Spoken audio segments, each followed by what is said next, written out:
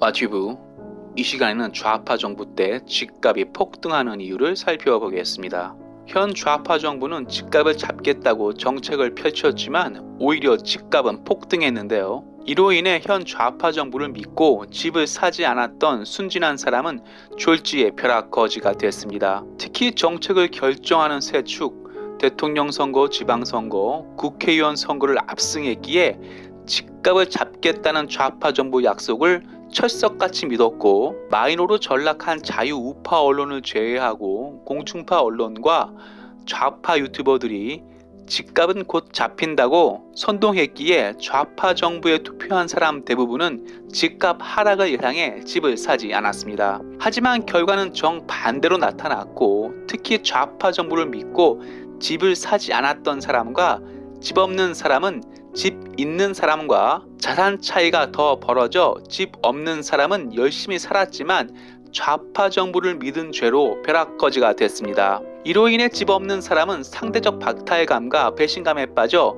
서민을 위한다는 문재인 정부 지지율은 떨어지고 있습니다. 문재인 정부 부동산 정책으로 집 없는 사람과 집 있는 사람 자산 차이는 최소 2배 이상 차이 나게 됐으며, 집 없는 사람은 집값이 너무 폭등해 사실상 내 집 마련 꿈은 접었습니다. 반면 김대중 노무현 좌파 정부 시절 집값 상승을 기억하는 사람은 무리해서 집을 샀고 결과는 큰 자산 상승을 가져왔습니다. 그렇다면 한국 좌파 정부는 늘 집값을 잡겠다고 하면서 왜 이렇게 집값을 올리는 걸까요? 이유는 집을 보유한 사람은 좌파 이념, 평등과 분배보다는 자유시장 가치를 추구하는 보수 성향을 보이기 때문입니다. 한마디로 자기 집이 있는 사람은 집값 하락을 막기 위해 남에게 의존하지 않고 열심히 일을 합니다. 실제로 문재인 정부 부동산 정책을 총괄하는 김수현 청와대 정책실장의 2011년 저서 부동산은 끝났다 중에는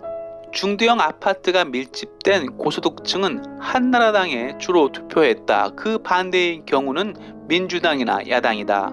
이미 계층 투표가 일어나고 있다는 것이다. 다만 전자는 투표율이 매우 높은 반면 후자는 투표장에 잘 나서지 않는다는 문제가 있을 뿐이다. 때문에 다세대 다가구 주택이 재개발되어 아파트로 바뀌면 투표 성향도 확 달라진다. 한때 야당의 아성이었던 곳들이 여당의 표밭이 된 데는 그런 이유가 있다고 책에 썼습니다. 김수현 정책실장 책을 보면 문재인 정부가 낙후 지역을 재개발, 재건축하지 않는 시커먼 속내도 알 수 있습니다. 한마디로 집값을 폭등시켜 많은 사람이 집을 못 갖게 하고 집 없는 사람은 국가에서 주는 영구임대주택에 살게 하겠다는 것입니다. 영구임대주택에 사는 사람은 국가에 의존하게 되고 월세 보조금을 더 주겠다는 좌파 정부에 결국 투표하게 됩니다. 먹을 것을 구하려 쓰레기통을 뒤지는 베네수엘라도 문재인 정부와 비슷한 부동산 정책을 펼쳤습니다. 이로 인해 베네수엘라 국민들은